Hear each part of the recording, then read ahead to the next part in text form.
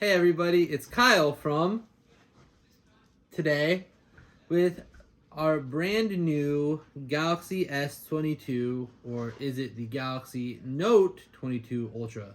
Say that again, something you'll see around the internet forever, because, now it's a Galaxy S phone with a S Pen that is in the device. So it's quite literally a Galaxy Note. Naming aside, brand new phone.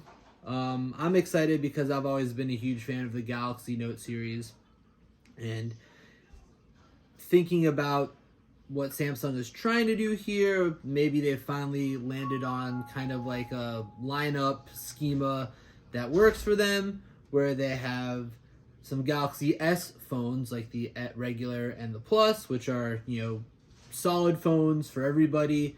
They have a Galaxy S Ultra, which is really just a rebranded Galaxy Note to have some differentiation. And in the fall, they can do cool avant-garde, cutting-edge stuff with foldables.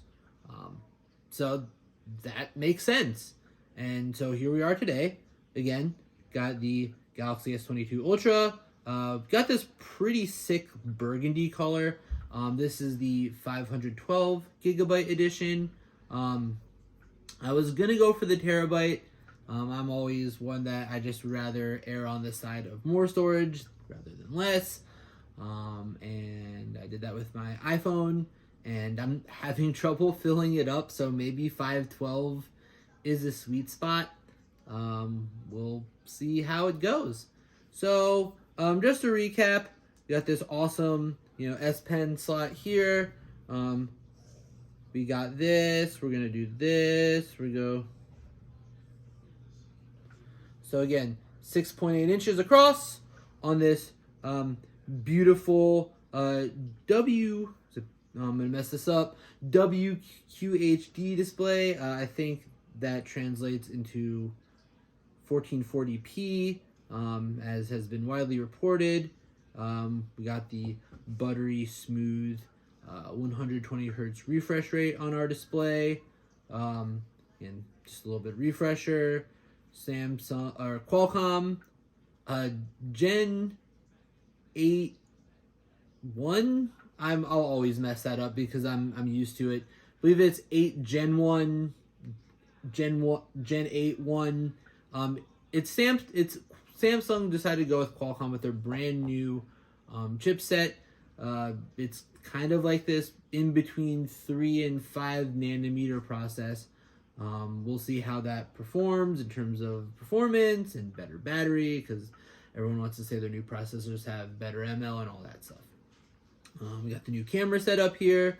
Again, we have our got our telephoto up here, down here and here. Got this ridiculous 108 megapixel sensor. Got another, it's 12 megapixel ultra wide. We got some brand new image signal processing on board. We've said all this before. We've read about it all before. So what really matters is how it performs in the real world. So I'll be going on a short trip soon. I'll be using this as my daily driver. I'm not ditching the iPhone, of course, but for other tasks such as playing some games to kill time, Ubering, navigating, or sending directions to my car, we're gonna try to lean heavily on this bad boy here, to kind of get a sense of how it performs in the real world. Samsung has always, I'm gonna say, kind of been a mixed bag. Let's be honest here, in terms of how their flagship phones actually perform compared to their perceived performance. So again, every time they announce a phone, you get ludicrous specs, and then you boot it up, and then it feels like it should be faster, right?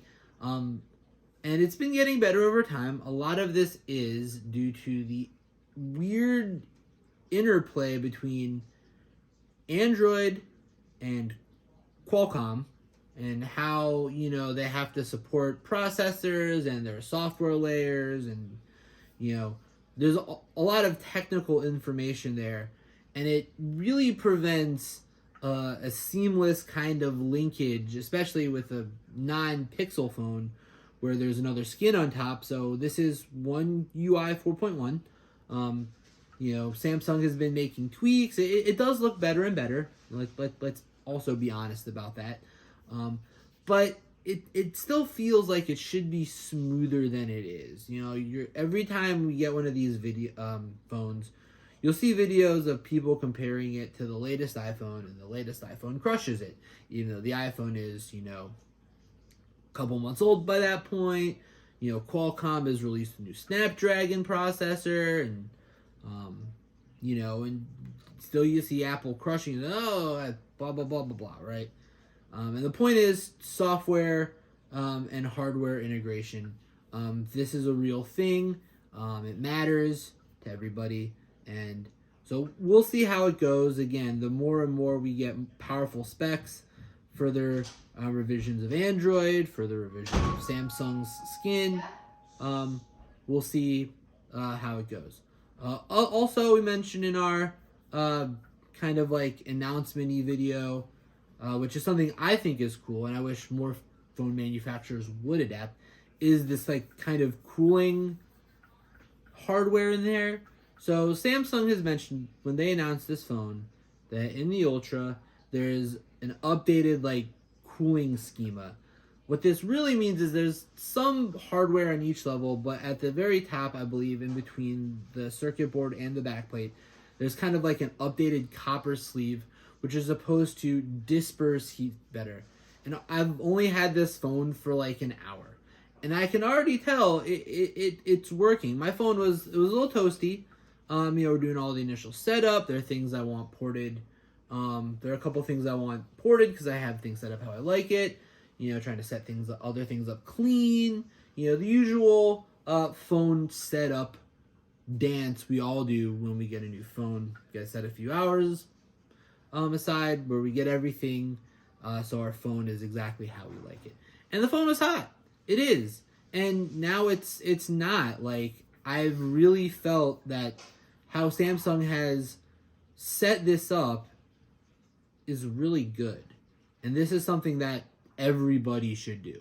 So many props to Samsung for doing that and taking some initiative, especially as we see phones again really being done for everything. And mobile games, if you think they're games or not, people still want to do stuff on their phone to kill the time when maybe a Switch or your PC is unavailable.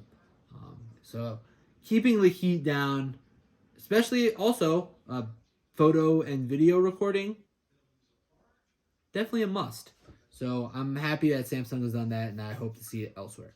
What other quick notes can we say about this? See what I did there? Note. Yeah, I know, really, really bad pun there. Honestly, I think that's about it. This is on Android 12. I do see the January 1st security update. So that's probably like the factory build.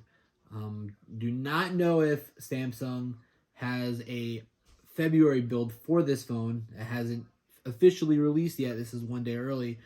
But you'd like to think that there's a March update on deck, knowing that these phones will be out and in the hands of people before that March date. So keep your eyes peeled for that.